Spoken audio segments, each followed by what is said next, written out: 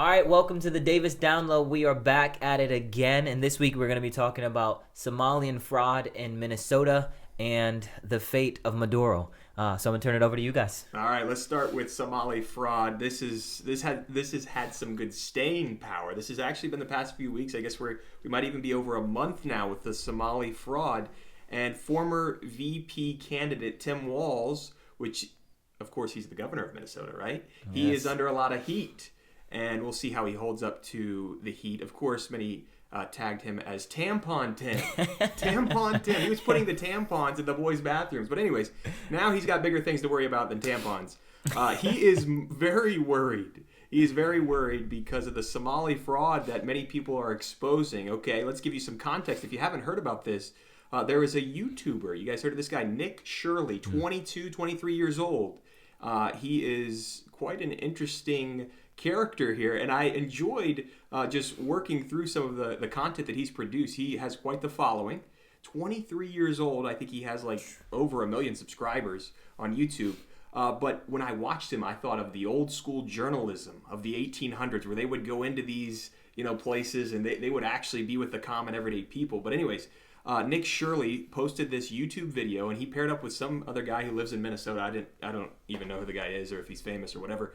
And they would go door to door to these daycare centers and to these medical centers that were run by Somali individuals and groups.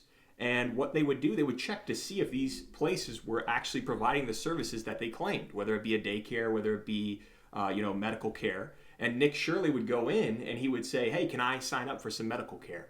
And oftentimes, every time, at least on his YouTube page, of course, they would push him out. They would say, no, nothing you can see here, nothing that you can sign up for here. They would go to the daycare centers, and there were no children there. In one case, a daycare was receiving $800,000 tax dollars per year, and they said they could only accept up to 8 children. And there were no children there, no people there. They said they were 24/7 daycare, and nobody was there, no staff, no children. And so this is where the conflict comes in is, why, I guess initially, why is all of this kind of coming together all at the same time? Also with this, is this genuine fraud or is this a misunderstanding? What are our initial thoughts on this? Firstly, I think this Nick Shirley guy, being so young and passionate, like this should have been CNN, Fox, NBC, like these reporters, they got the big funds and the big money. They should have been investigating these things, but it takes a 23-year-old kid. It's like the Scooby gang, whatever, figuring it out over the politicians and things like that. That is baffling to me. And in a sense, I feel like, and maybe I might be wrong on this take, but I feel like this is, again, the Charlie Kirk effect of hitting these young people and saying, no, you have to take charge. Otherwise, you're going to lose your government. You're going to lose your freedoms that you have. So I think the kid is brave. I say kid, and I'm only a few years older than him. But still, I think he's brave in what he's doing because he already said he's getting death threats and all these types of things because he's calling security. Out. Yeah, yep. It's wild that the man has got to call security just so that he can point out fraud. You would think people would be behind him saying, yes, let's stop the fraud. Instead, you got people attacking him on both politicians and people in the media and things like that. But I think he's brave. Brave is quite a word for knocking on a daycare. That's an element of it too. Is like he's just going up. Didn't we have this conversation about? Didn't we talk about this last week with people in the church? You randomly call, be like, "Hey, can I get this?" And like from a security standpoint, should you go to a daycare? Were they supposed to just be like, "Oh, sure, guy with a phone, why not come on in and see what's going on in the daycare?" That's a good Do we have any service? Like there could be. Did he go like 20 minutes before they opened? Like I think there's a lot. I get that, but the fact that these daycares are saying they're open 24 hours and they have hundreds of kids, and you don't see a single one. You don't see a single bike outside. You don't see anywhere for the kids to play. You don't see any signs of children. Well, it is Minnesota in the middle of the winter. I don't think there's going to be a ton of like playing outside at a daycare either. That is true, but I'm saying there's no signs of children at play. That's just weird. If you look at the facilities that they have, and you can say, well, it's the only building that they had all 50 of them. could only have here's the craziest part. Some of them are in the same hallway. You got this daycare, you got this daycare, and this daycare.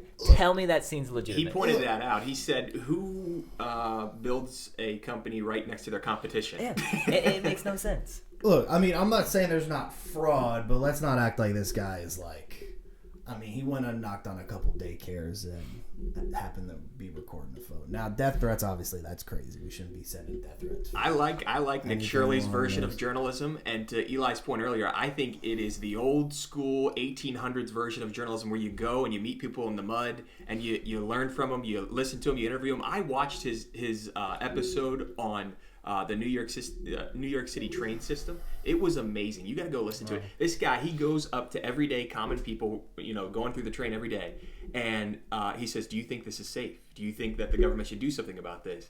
And people giving their genuine answers. It was great. He walked up to people like on drugs, and they're like struggling, and I mean, it was crazy. You got to go and watch it. Nick Shirley on YouTube, and it's incredible to watch. I mean, he walked up to this guy who was on drugs, and he says, "Do you think the New York City subway system is safe?" And the guy said, "I'm hearing voices in my head." Time to go. I said, I would have left that interview immediately. Look, maybe he's entertaining, and maybe he is a good journalist, but like also, again, it's this random guy coming unannounced, knocking on a daycare, being like, "Let me see the kids." Yeah, I think that's like so we got to take it with a little bit of like where the daycare is supposed to fling open the doors and be like, "Please record all of these kids," and here, like, you know what I'm saying? So maybe he concedes that, but how about the counter with the healthcare centers? Why can't he sign up for healthcare? That part I don't know about, but the other thing that is baffling to me, $800,000 for 8 kids. $800,000 one place for 8. You mean to tell me you're spending $100,000 on one kid in a public funded child care? That's wild. That's wild. The Davis Download is now announcing that we are a daycare, and we would love to receive this government funding. $800,000. Sign me up twice. That's crazy. Yeah, I mean, but like, I think fraud is just built into our system. The other thing is, they just happen to get caught. It was like college sports back in the day. Like everyone's cheating, everyone's doing wrong. Like this is happening everywhere. It's just these guys happen to get caught in. No, but here's the thing: it's not because. Look, yes, fraud is happening everywhere. I concede that point. But you look at the numbers. Minnesota has the highest levels of fraud in the entire country. Maybe they're just the worst at it. Maybe they're just bad at it. I'll give you that. But again, like Tim Walsh has other things to worry about. Yeah, probably. He's been a little busy. But I mean, it's like Minnesota. Like, okay, like. That's the thing. It's Minnesota. What's happening in Minnesota that you can't catch fraud? Like, it's not New York City. It's not California. I'm saying. It's happening way more in New York. Now, what I'm saying is, though, it should be way easier to catch a bunch of people in Minnesota when you got 3 people and a snowball and to catch fraud. That's what I'm saying. He didn't. That's the thing. Walsh did not. He's still backing them up. But Nick Shirley did. Of course, because it's you give me money, I give you money. It's the same money going around in a circle. This is happening with every politician, Republican, Democrat, Tea Party. Now here's this point. Socialist. It's happening everywhere. Yeah. All of them are doing the same thing. Now here's the point with this that I think is kind of nuanced with this that I want to kind of take this position here. Now this Somali fraud, believe it or not, I don't even blame the Somalis, and I think this is kind of what you guys are getting to. Why not? I don't blame the Somali community for this. They're exposing an issue that's in our government that Corey's bringing up, right? Yeah, the issue is that our politicians have sold us out to companies and to corporations and to groups in society that say, hey, we will vote for you if you give us this. And this is what's taking place in Minnesota. And this is the issue. The issue is our government, is our leaders, it's our politicians, and they have allowed this system to take place. It's not the Somali people's fault. I think they're rather exposing the issue that's actually there. Yeah. It's more of a corruption problem than a fraud problem. I agree. I think it's just, again, it's probably something with, hey, we've got to spend this much money, so let me give out $800,000 so I can get that in the budget. Like, it's probably one of those things. And this is why what Elon Musk and the Doge team did was so important. People were squawking about it. Oh, Doge is getting into this and getting into that. Well, maybe it was time to pry open these books because you can't tell me. I think the fraud count is up to $9 billion just from all in Minnesota. $9 billion with a B. That's a lot of money. And again, this is why I think even conservatives wrestle with the idea of public assistance and helping people. It's like, I desire to help people. I desire to see people flourish. What I don't desire is $9 billion from just one state being wasted on fraud. Why should that guy? I mean, you see the guy that's the Somalian guy that's in charge of one of these daycares, the one that said leering institution or whatever, not even learning. They made hoodies out of it. They're trolling. Nick Shirley made hoodies out of that. And I mean, you're an institution of education and you can't even spell learning correctly. That's a red flag. That's a red flag. Now, here's a genuine question that I have on this that I don't even know how to get to the answer to, and maybe you guys could help me with this. Why would Somalis from Africa find their migration home in freezing cold Minnesota? What is that? Like, what's the connection there? I'm pretty sure it was the 90s, and that when they got temporary protective status, there was a lot of local Catholic church and things like that that kind of helped bring them over. So were they in unrest in their own country? I mean, there was a civil war in Somalia. Claiming asylum. Yep. So they were getting out, and I guess 90s. Who would that have been? Clinton, I guess. Okay. End of the 90s. Yeah, so they got protective status because of that, and I agree. We should be able to help people when your country is literally on fire and people are dying. But yeah, I don't even know what to say, to be honest. Like, Minnesota is not the place that is on my bucket list of places to go. But I mean, to Trump's credit, he did just end their protective status. Yeah, so I wanted to bring that up too here. So, considering the Somali community and where they're coming from, I'll ask you the question and then I'll get to a little bit of data behind it. So, are Somali people, even those who are asylum seekers, are they compatible with Western civilization and with a nation that was founded on Judeo-Christian values? And here's why I say that. Here's why I ask that question. When you go to, there's a website that looks at Christian persecution across the world. And this is a famous organization. It's called Open Doors. And this Open Doors organization, they track country by country what persecution looks like. And number 2 on their list of Christian persecution in the world is the country of Somalia.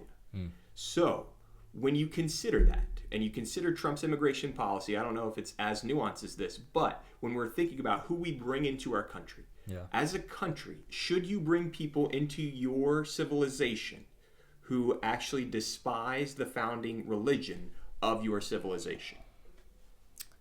I'm going to say no. If assimilation is not the goal, then I think immigration can't be the answer, right? You can bring people in as long as they are willing to assimilate. And by that, I mean, not saying that they have to give up heritage, not saying that they have to give up who they are, but you have to say, okay, I'm in this country, I'm going to follow the pattern that is here. And the pattern in America, like it or hate it, is Judeo-Christian values. So I'm not going to do anything to malign those values and those that heritage.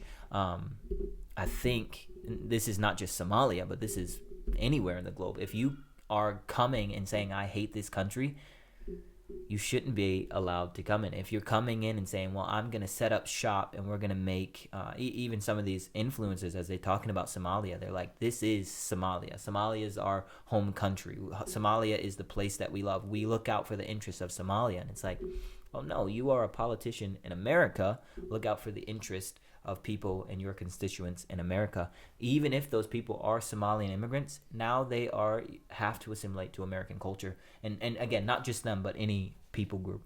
I mean, as long as they follow the laws, not do anything illegal, I don't really think it's all it is what it is. Yeah, but I think culture does weigh a big part, right? If you come in, American culture.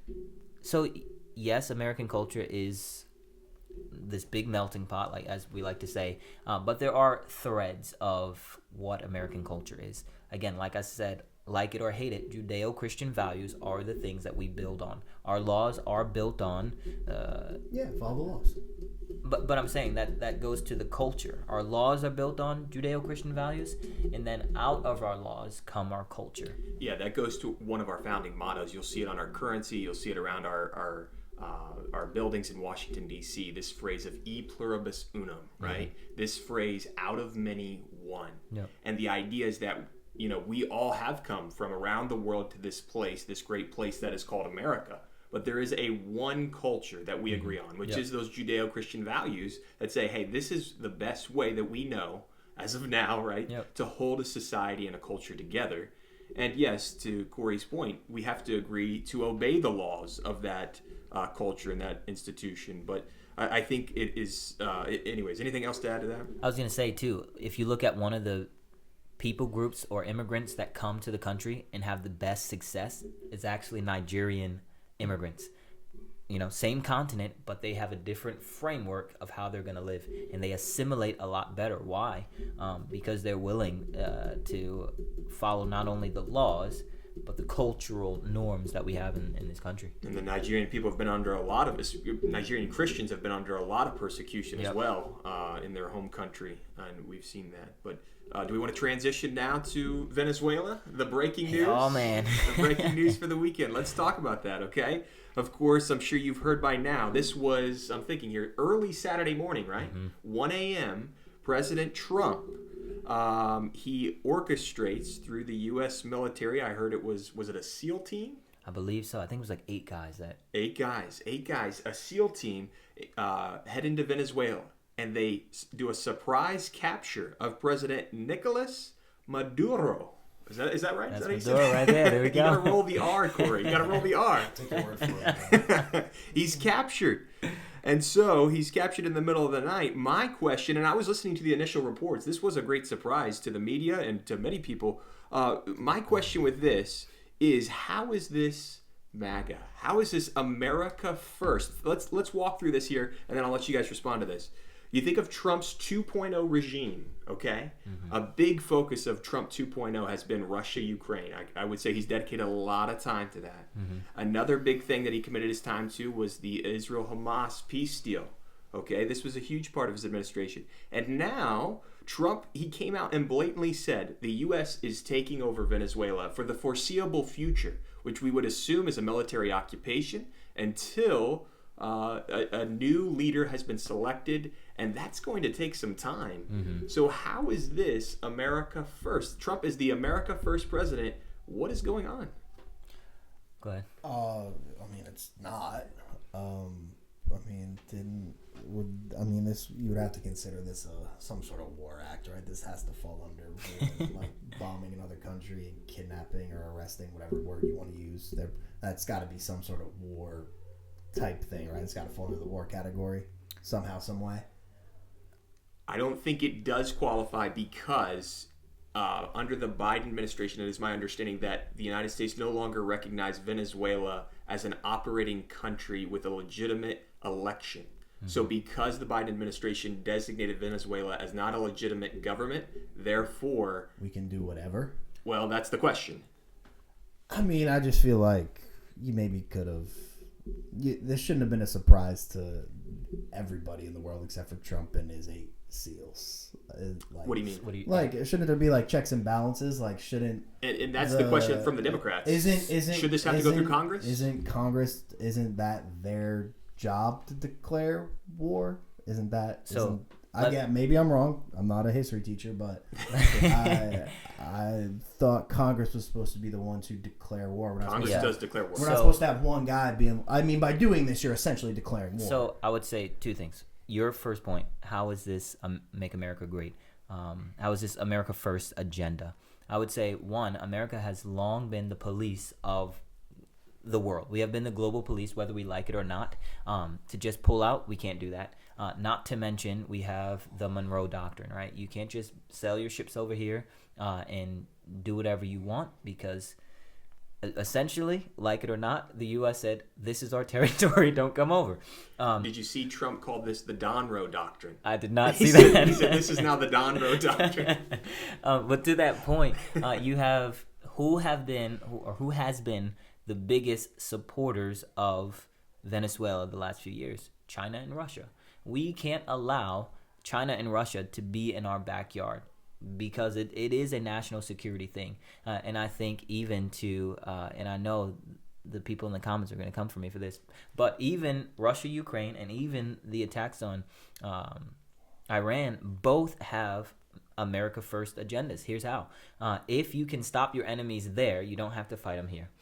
So if you can be just up front with it, boom, take it out, be done, don't worry about it. And then to your point of like how does he have the right to do it? Well, it is true that Maduro was indicted on charges in the United States. So he is a wanted criminal. I think since 2020.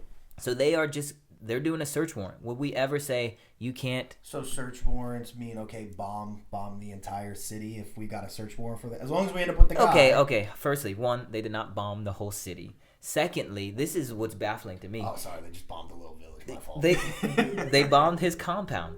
If his compound's a village, that's, I don't know what to say there. But I will say this: it Crime says lords are something known for their living below their means. So here's what I'm saying, though. This is all my point. It says something that when this happens, when the U.S. makes these strikes and takes him out, brings him into custody, the people of Venezuela are marching in the streets, celebrating, throwing parties. You look at in Florida, the people in Venezuela are having festivities and parties. Why? Something good was just happened. We just stopped a warlord, as you just said. We just stopped a drug trafficker. We just stopped someone that is indicted on crime. So, yeah, I think it is America first, and I don't think it is completely crazy to stop it, or it is not a declaration of war. How is it not now? So now what do we do? Like, now isn't Venezuela just going to turn into another Iraq, where we're just going to have to? Because once we leave, what's going to happen? Well, again, or are we just going to permanently not be in Venezuela? Here's the difference. Do we make Venezuela the 51st state? Hey, we'll take them. Why? I'm just joking. Here's the thing. I think here's where it's different than Iraq and the Middle East is the people of Venezuela elected someone that was not Maduro, but Maduro said, I don't want it. The people voted for what they wanted. All we're going to do, hopefully, is say, hey, Madam, I can't remember her name is, Nobel Peace Prize winner. Oh, was that her? To come step in. And she has even said, hey, we support what Trump has done. We support what he's doing, and we're ready to see the new life in Venezuela. It's crazy that the richest country in South America is now one of the most destitute under this guy. The people are rejoicing, I say. Well, I mean, so then the ends always justify the means? I'm not saying the ends always justify the means. But in this case, they did. But, so... Should he have gone through Congress? You see, I don't think he has to, because this is, again, not a declaration of war. Incursions are not declarations of war. And you can look at... Bomb somebody and... Okay, what about when... And arrested wait a the minute. leader of the country. Wait a minute. What about when Obama droned Syrians? That was not through Congress.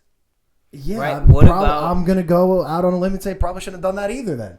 So I'm saying the only thing that the president... There are war powers that the president does have. He can take strategic strikes.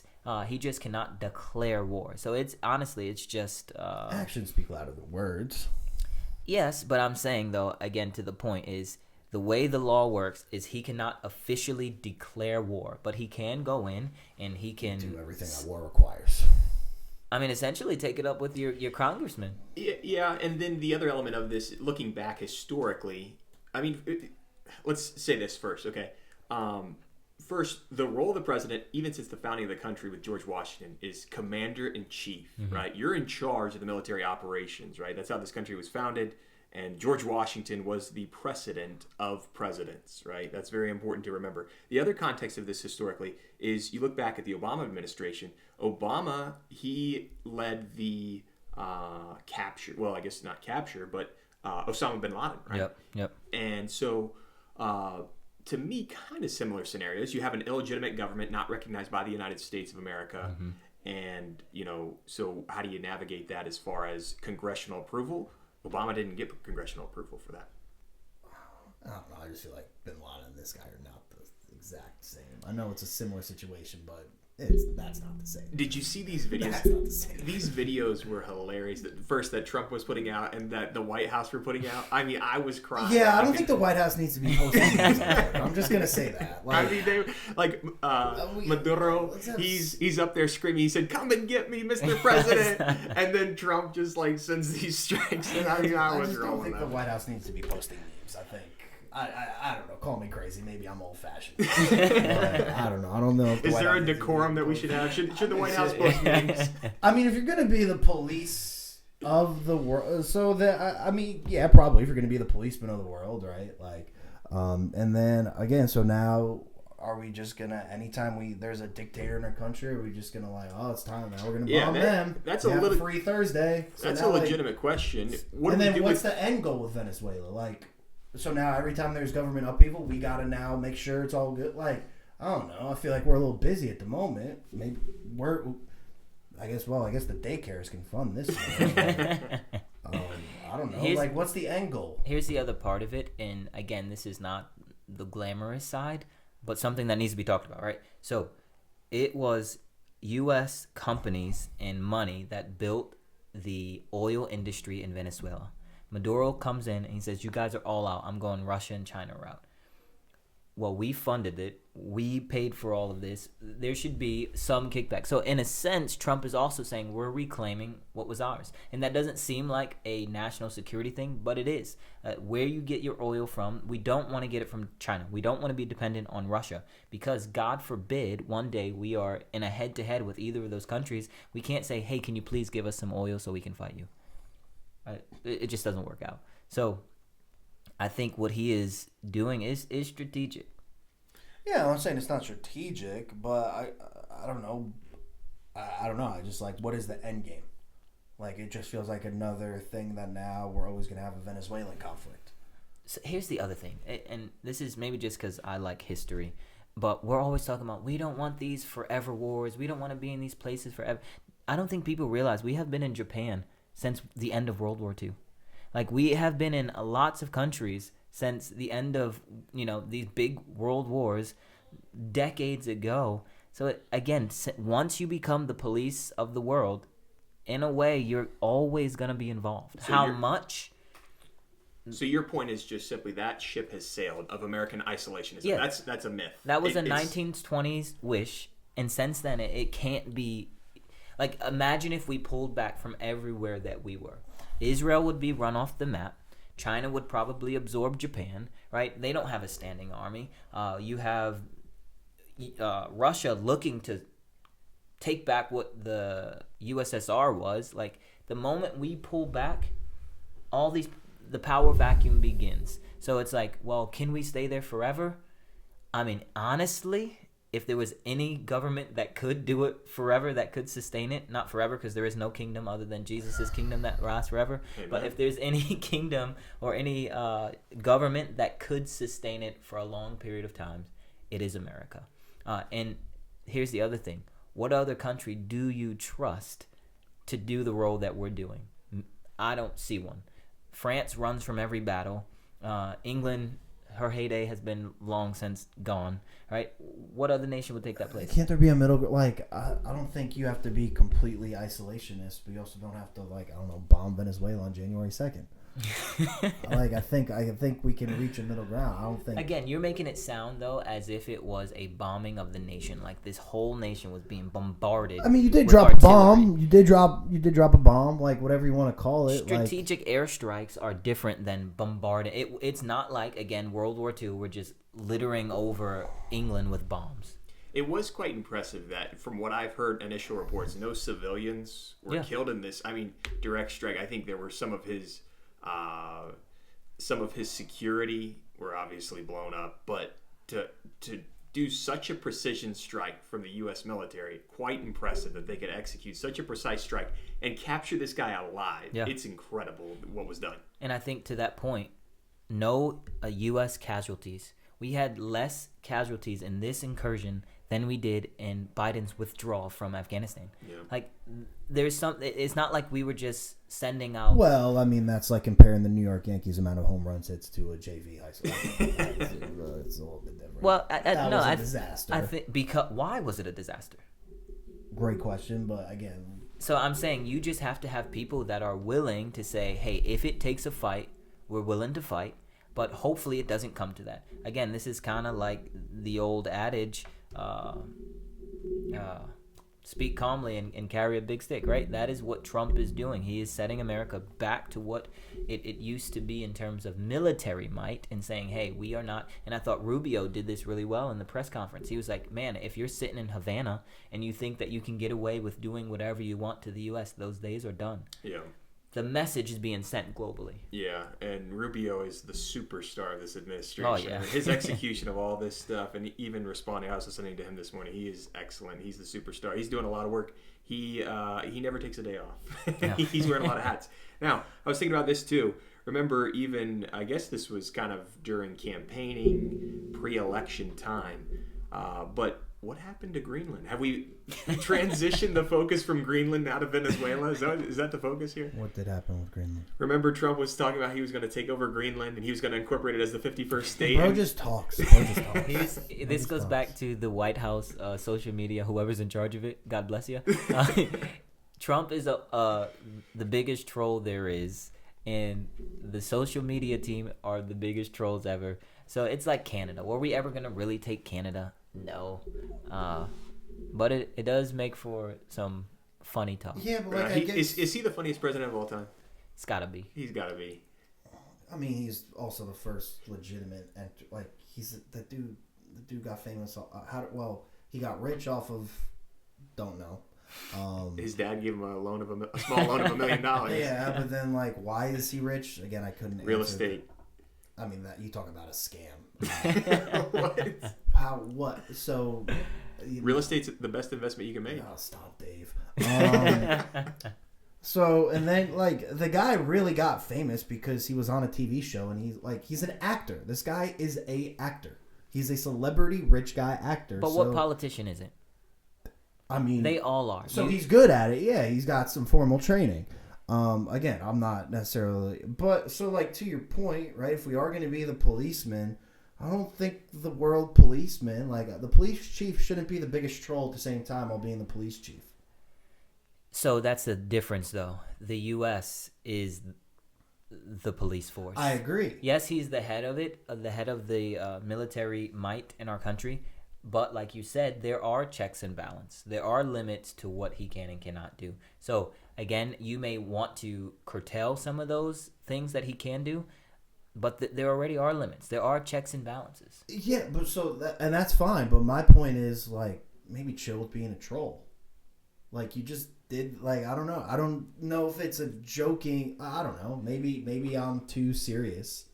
But like, if a president does something, like, I shouldn't go on Twitter and see memes from the Department of War or whatever it is, and from the White House being like sending out memes that I should see on like a 12-person follower account. Yeah.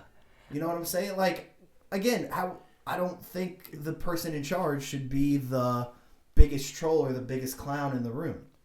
I hear that. And that was the initial debate with Trump. Is just all the way back to his first campaign was just like. I think if he wasn't as trolly, to your point, if he wasn't as trolly, I think he'd be way better received. I don't. If not because now it comes down to he's allowed to say whatever he wants because the thing is, oh, well, that's just him talking. Well, at some point, if you're the leader of the free world, you're just not talking.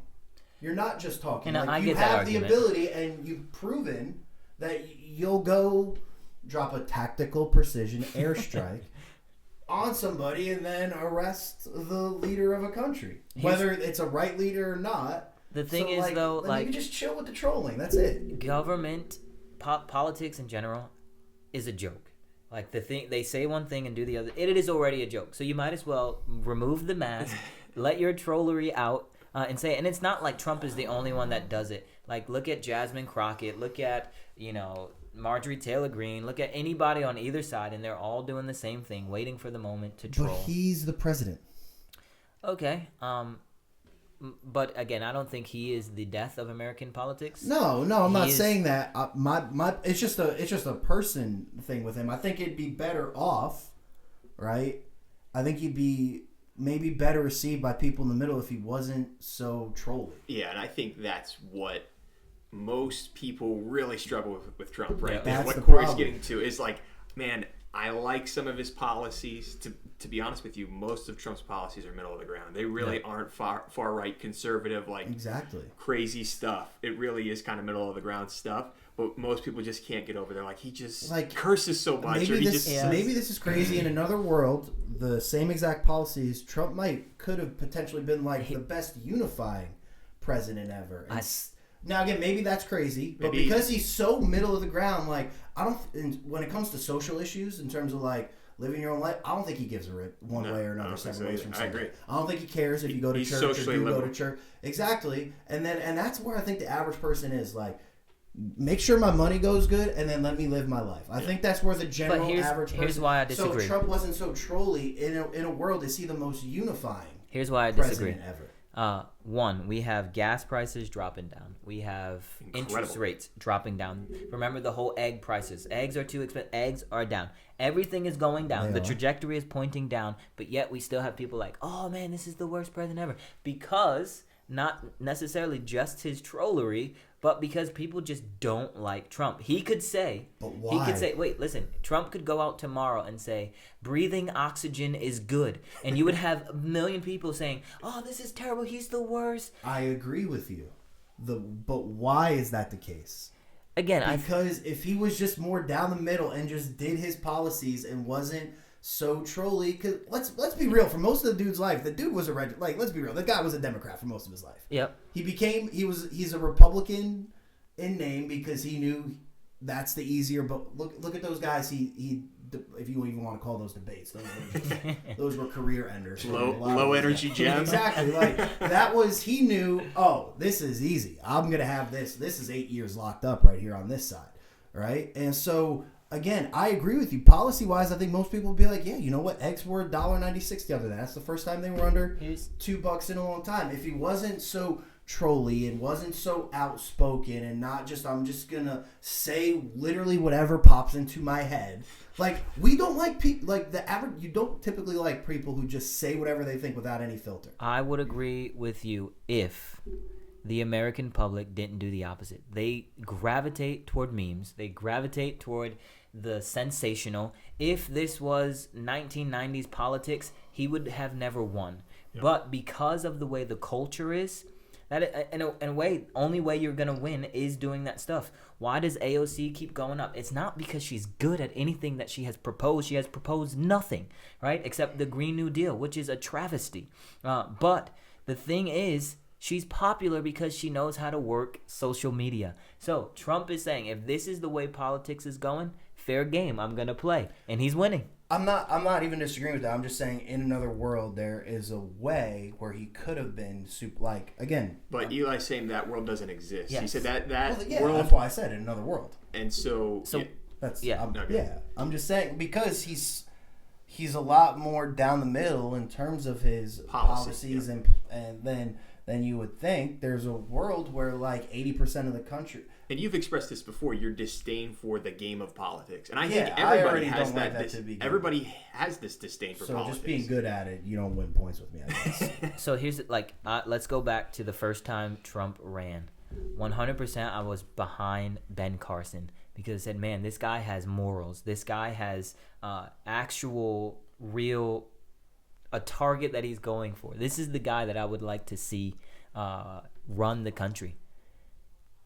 Ben Carson was never going to win as much as he was a good guy, as much as he had morality, as much as he said the right things. Yeah. Because the shift in the country had already taken place. Well, he just isn't a good politician. And that's his point, is that if you don't have this quality of being able to engage on social media and on television, like Ben Carson, as intelligent as he is, as much of a genius neurosurgeon, right? Yeah. He's an incredible guy, accomplished incredible things in his life. You listen to him, you read his stuff, you're just like, wow, this guy's incredible. He's got great ideas, but he would never win in the current landscape of politics. Exactly. Yeah, but I also think Trump is good enough to where he does, like, I don't think he had to be a troll.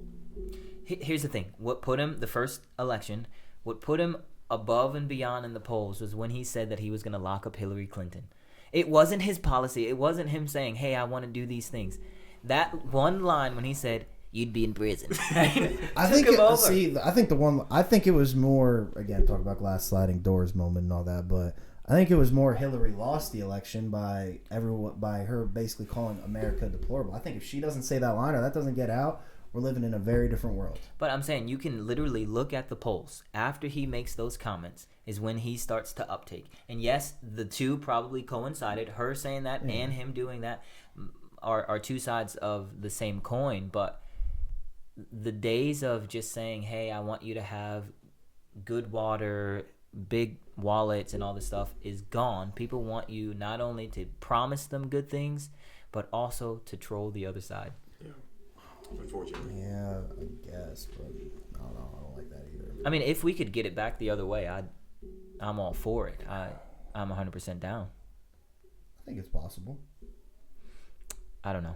I don't know if it is possible to turn politics back to anything good, because we know things are just going to get worse until Jesus comes back. So here we go into the spiral until things just troll out. But one day, Jesus will come back. He will reign on the throne, and we can all have peace that he will not be a troll. So that is all we have for the Davis Download. Thank you for tuning in.